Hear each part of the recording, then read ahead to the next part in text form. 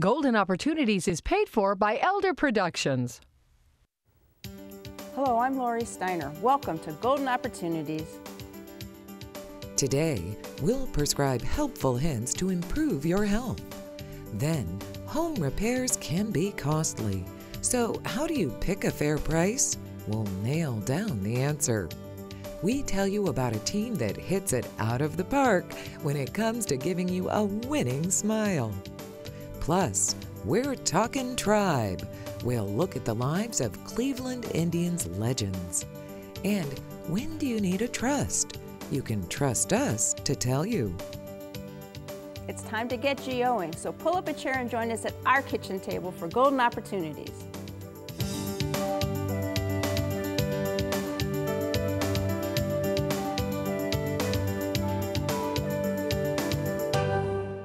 Lung cancer. It's the leading cause of cancer deaths for both men and women. And as we age, our risk increases. Still think only smokers need to worry? Think again.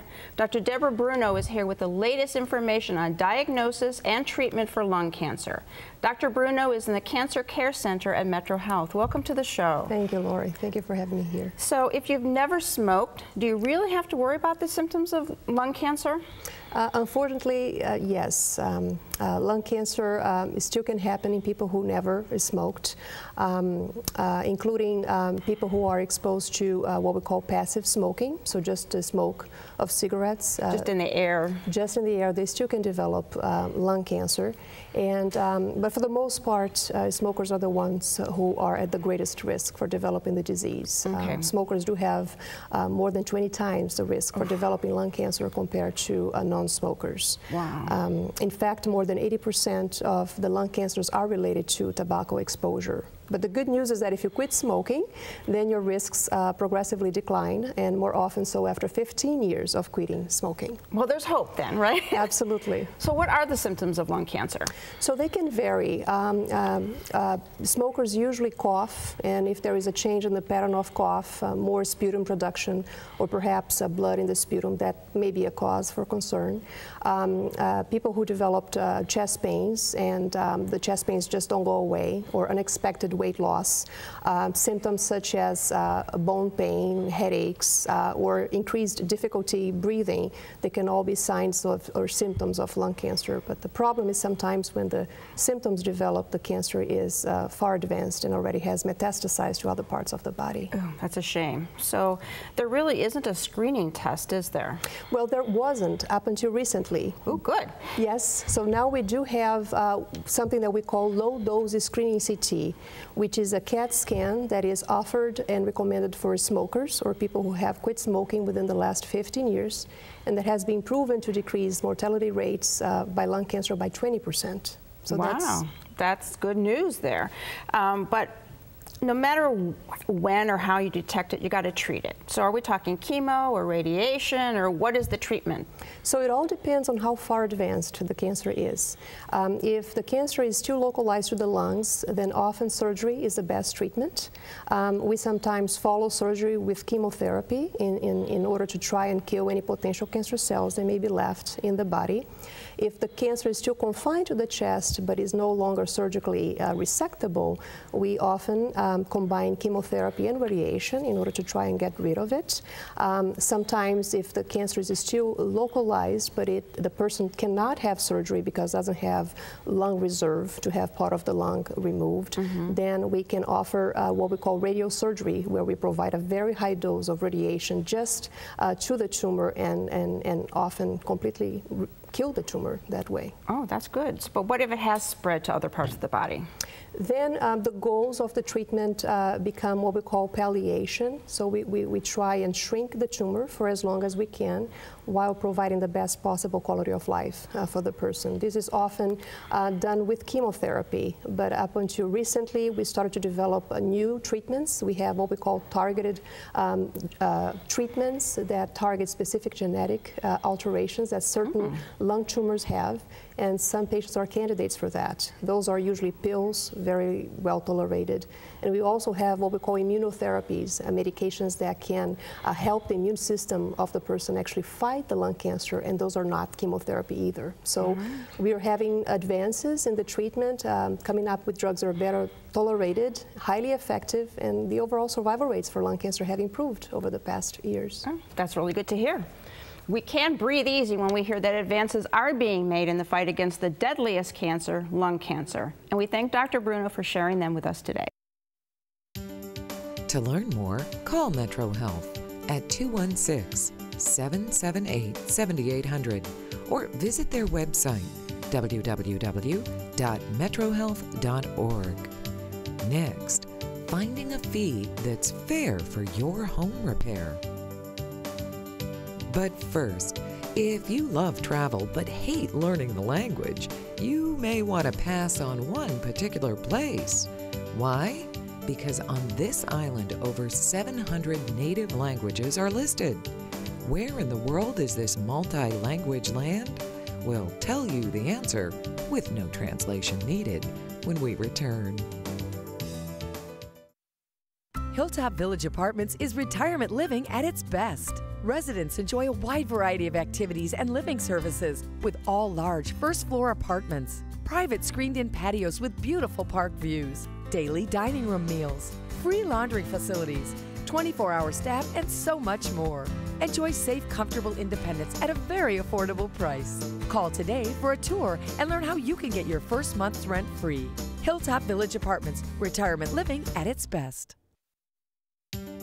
The country of Papua New Guinea has 852 languages listed, 12 of which have no known living speakers. Combine century-old indigenous languages with expatriates bringing their own mother tongue to the island, and you have a place where 1/3 of the world's languages are spoken. One morning you wake up and notice a wet spot in the bedroom ceiling. In a panic, you reach for the phone book and you make a call. You are depending on this contractor to give you an honest evaluation of this problem and offer solutions. Unfortunately, what many get is what's easiest and most profitable for the contractor, not what's best for you. Wesley Walker is here to give tips on how to protect yourself from home repair scams.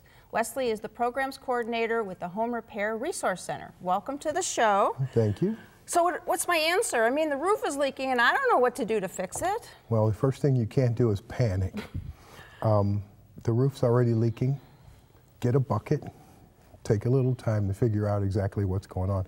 Contractors can take advantage of your panic and sell you things that you may or may not need. It's best that you just take the time to assess the situation. Sometimes homeowners have been sold a new roof when they really didn't need one, or have been sold a patch and then later in the summer find out they should have just replaced the roof. So. All right. Well, so how do I know whether I need a patch or whether it's the whole roof that needs replacing? Well, take your time. You can always call Home Repair Resource Center if we can give you advice or lead you in the right direction. We're happy to do so. You have resources available to you. Call your building department. Ask for an advisory inspection. Have someone come out and give you an opinion. And it may be a builder friend or someone you know, but get an assessment. Okay, so now we have done our homework like that, and now we know what's going on. We have contractors in front of us. What are the kind of things we have to keep in mind?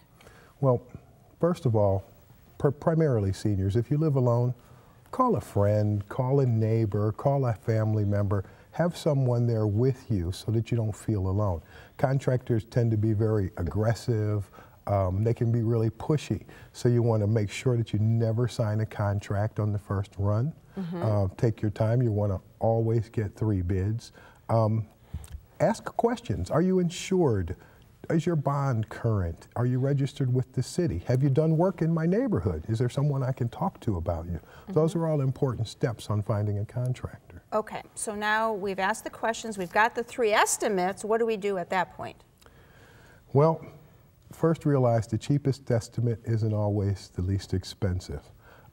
You really need to evaluate the estimates. You should have someone look them over with you. People always call me and say, hey, will you review these estimates with me?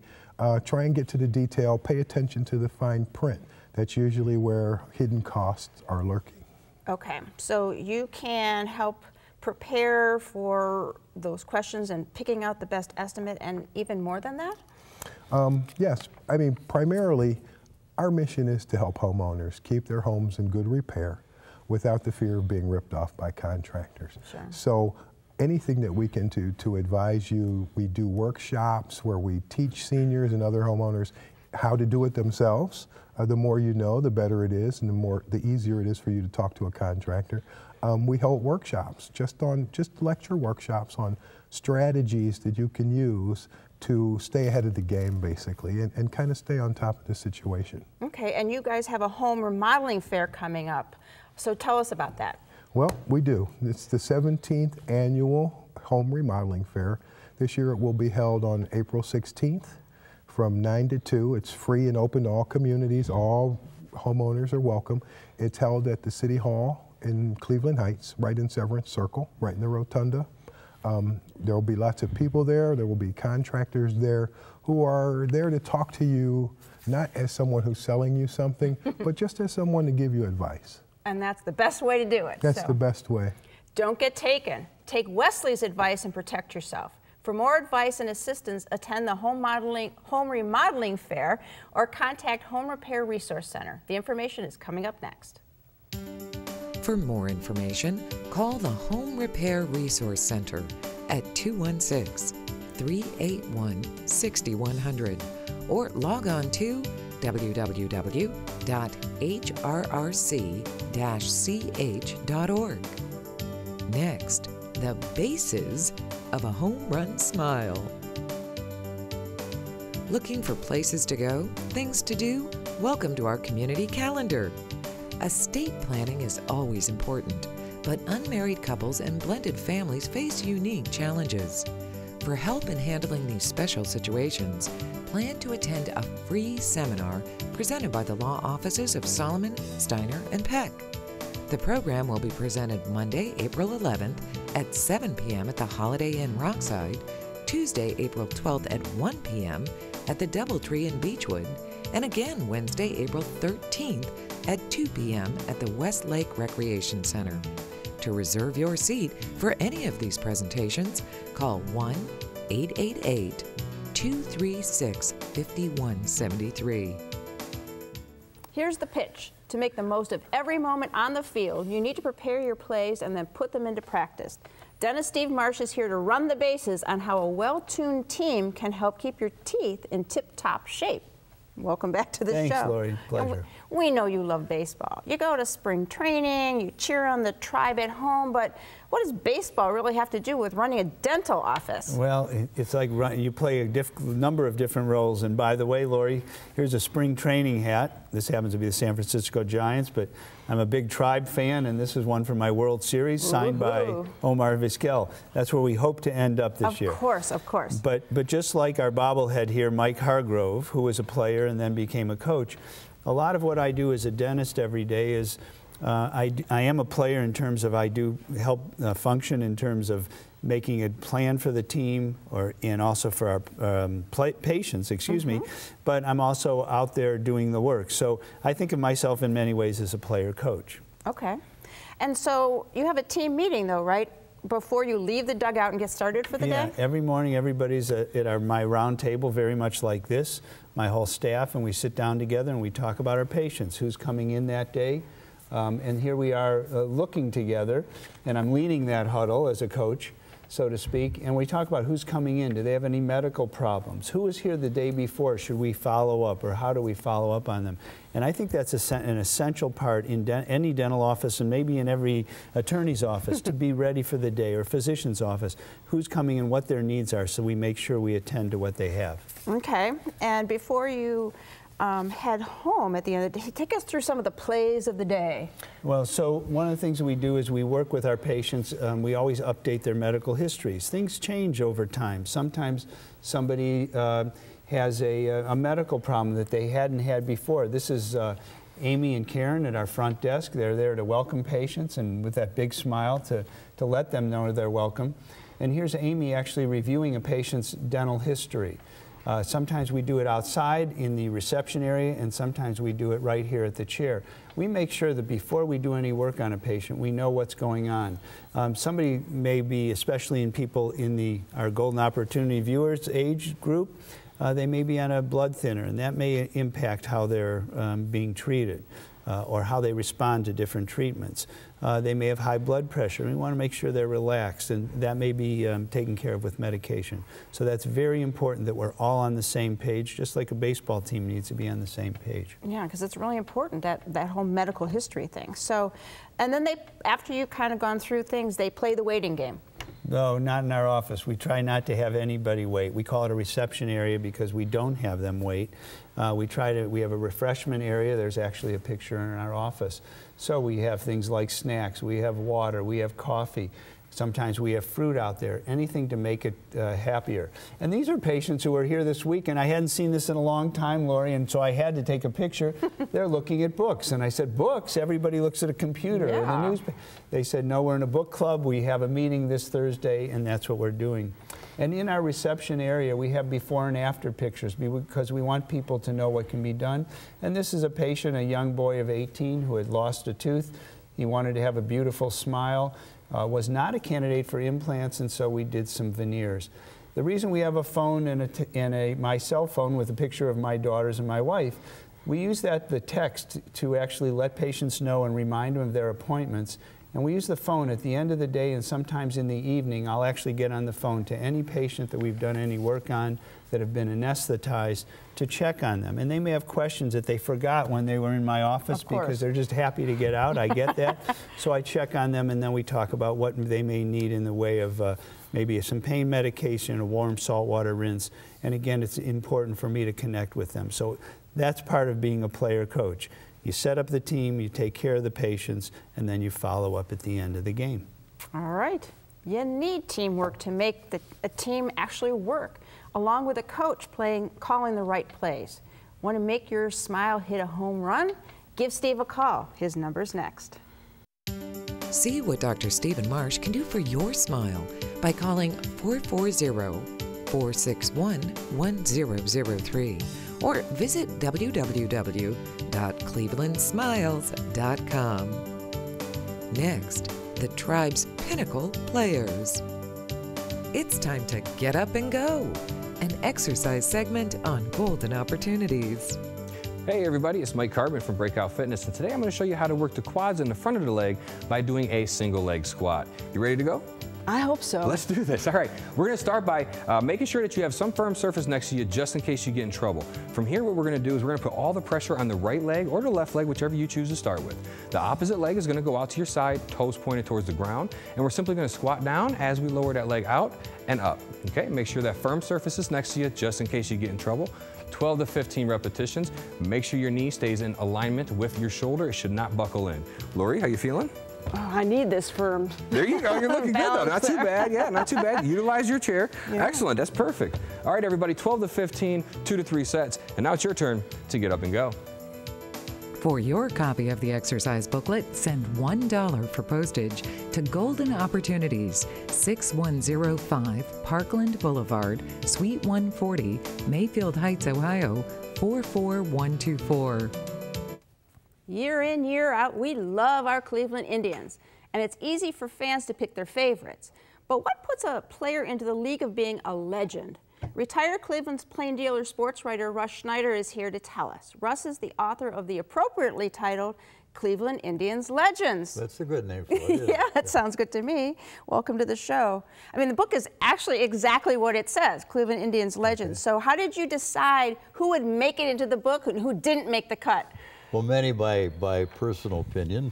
I covered the Indians long enough to know the good players from the better players, and so actually based on that, and based on their record, and based on their longevity, and based on the positions that they played and the contributions they made to Cleveland baseball. Okay, and you divided the book into eras, about 25 years each. So let's start way at the back end of things. From 1901 to 1925, Tris Speaker was a player. So what made him get into the book? I would say that Tris Speaker was the original icon for the Indians, if you will. And he was traded from Boston to Cleveland in 1916, and in 1920 he became the manager, a player manager, and in 1920 he led them to their first pennant, the first World Series. Okay. So that would, I mean, I think that would qualify him. He's in the Hall of Fame. He was a great player, and at the end of his career, actually before he passed away in the 50s, he was a coach for the Indians. Oh, okay. And he came here from Boston Red Sox. So what was the story behind him coming here? Well, he had batted over 300 4 years in a row for the Red Sox, and one of those years he was the most valuable player in the league. And then when they sent him his contract for the following season, for 1916, there was no raise. In fact, there was a slight cut, and he refused to sign. This was the beginning, you might say, of things that are going on now. Right. And so he refused. And it's an interesting aspect of it that I don't think many people are aware of. There was an old sports writer from the Cleveland News named Ed Bang, and he was the guy who went to the general manager of the Indians and said, "You probably could get this guy in a trade because the Boston team is fed up with him, and he's fed up with Boston." Well, that panned out, except at first, and this is interesting also, when the general manager went to Speaker said, "I don't want to go to Cleveland. They have a legacy for losers." Uh-oh. And this is okay. Anyway, that's how I picked him, and he was the 7th player selected in the original Hall of Fame. Wow. For baseball, and he was really a great player and a good guy. And I guess that, how much more can I tell you? Yeah. Well, we need to move on to the next era, 26 to 50, Bob Feller. I don't think anybody's going to dispute that one. There certainly is. The second icon, I'm not enumerating, but certainly Feller was an icon. Everybody knows who Bob Feller was in the Indians.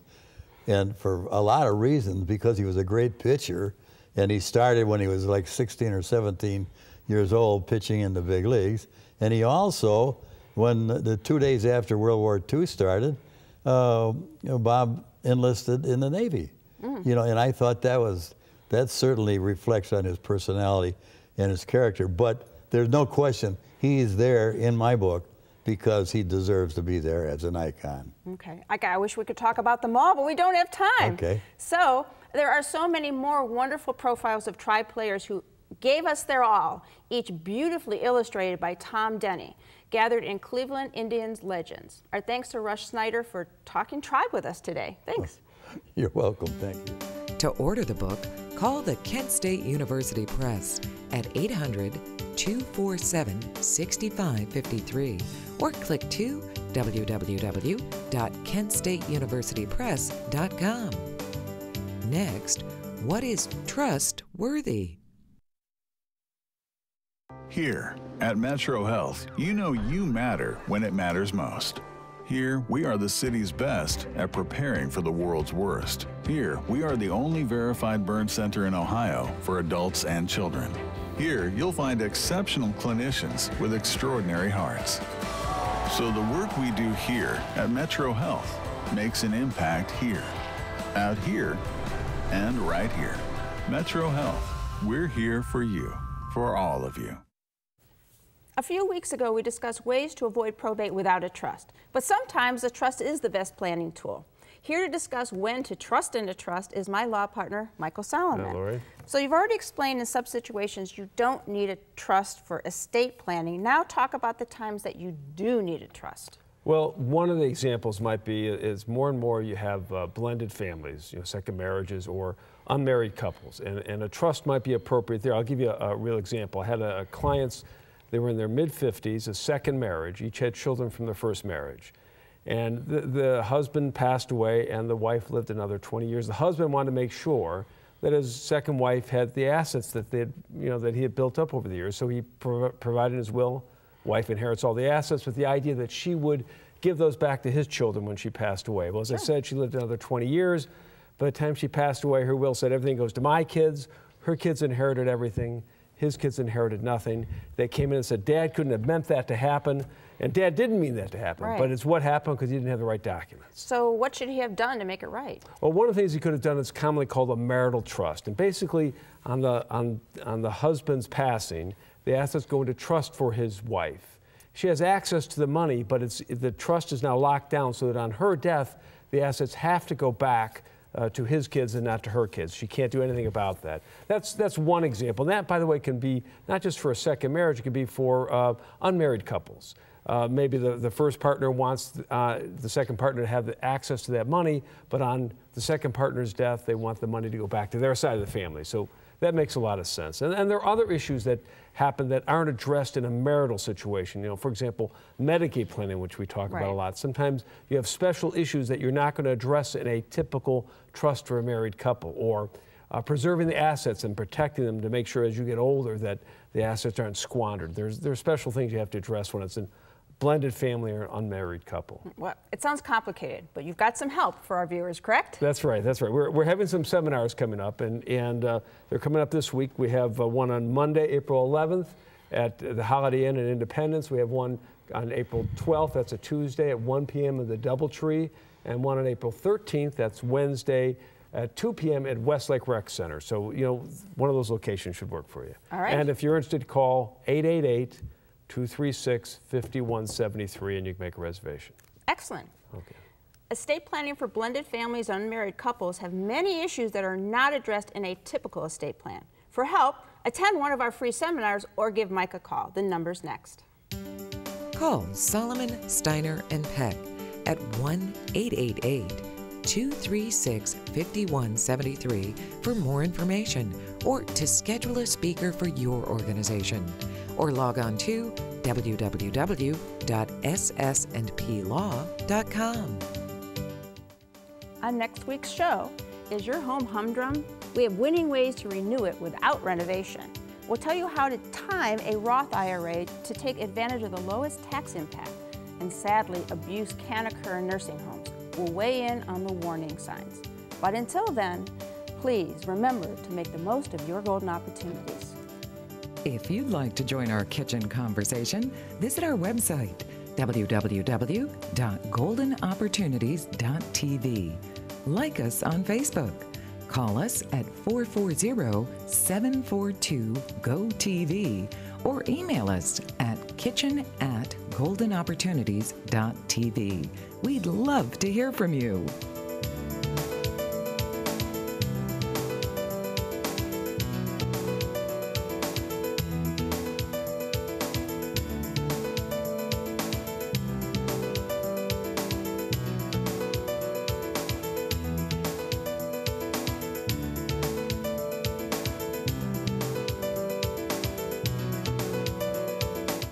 Golden Opportunities is paid for by Elder Productions.